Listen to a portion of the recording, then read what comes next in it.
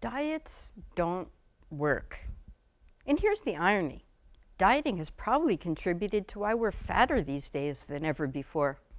It's actually a well-established predictor of weight gain, as has been shown repeatedly in research. Hi, I'm Dr. Linda Bacon, and I'm speaking from firsthand experience as a dieter, as well as the many years I've spent as a scientist, researcher, psychotherapist, and professor. It's why I'm dedicated to a movement to create a global transformation that focuses on body respect, not the war on weight. When we examine the body's regulatory mechanisms, it shouldn't be too surprising that few people sustain weight loss from a calorie reduction diet. Scientists have been able to identify many physiologic pathways that get triggered to ensure weight stability. Our bodies have their own system for managing our weight, which can compensate for our actions. For example, dieting triggers a reduction in the hormone leptin, which actually increases appetite and decreases metabolism, just the opposite of what you're shooting for if you're trying to lose weight. And chronic dieting, well, that results in chronically less leptin release, which could easily explain why the majority of people with a history of dieting gain weight over time. Just check out what happened to the Biggest Losers. 6 years after their hyped weight loss, most contestants in the study had regained most of the weight, and their metabolism had slowed dramatically. In other words, there were changes in their brain circuitry, which meant that eating less now resulted in weight gain.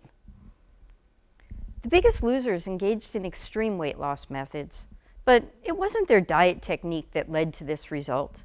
There's extensive research that demonstrates the same process happens anytime body fat stores are reduced, regardless of method. Think about your own experience if you've dieted. You reduced your calories, and maybe you also started or amped up an exercise routine.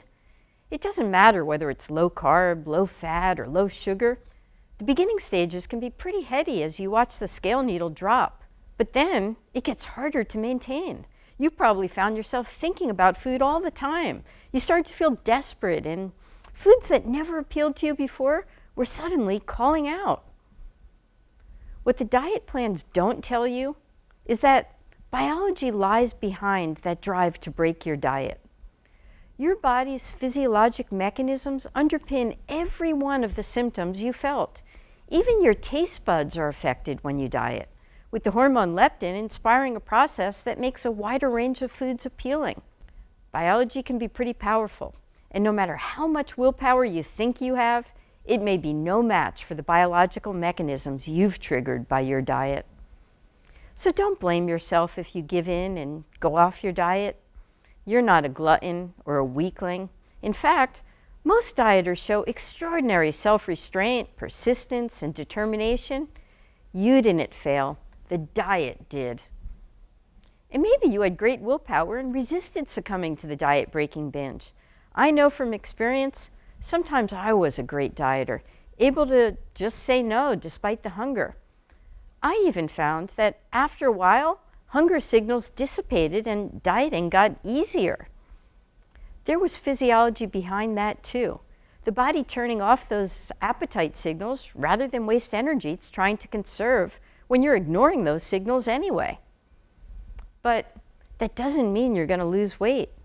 To compensate, your body could slow your metabolism, resulting in fewer calories burned. This explains why some people actually gain weight in response to cutting those calories. The bottom line, diets don't work. This simple clarification can save you from a future of weight struggles, wasted time, energy, and money, and feeling like a failure. Repeat after me. The diet failed, not me. All this is actually good news. It shows that your body is enormously powerful and successful at managing your weight. So don't fight it, revel in it. You can relax about eating and enjoy your food. Let your body do what it does best. Trust yourself. Pay attention to helpful signals like hunger and fullness, and everything's going to be okay. The best way to win the war against fat is to give up the fight. Let your body guide you to a weight that's right for you. This isn't about giving up. All you're giving up is an ineffective way to get what you're really looking for. This is about moving on. It's about body respect and body trust, not body shame. It's what helps you make better choices about what to eat and how to eat and other self-care practices. Check out other videos I've filmed, which bust the myths about weight and health, propose a détente in the war on obesity, and clue you in on what really matters when it comes to good health. Hint, the answer isn't weight.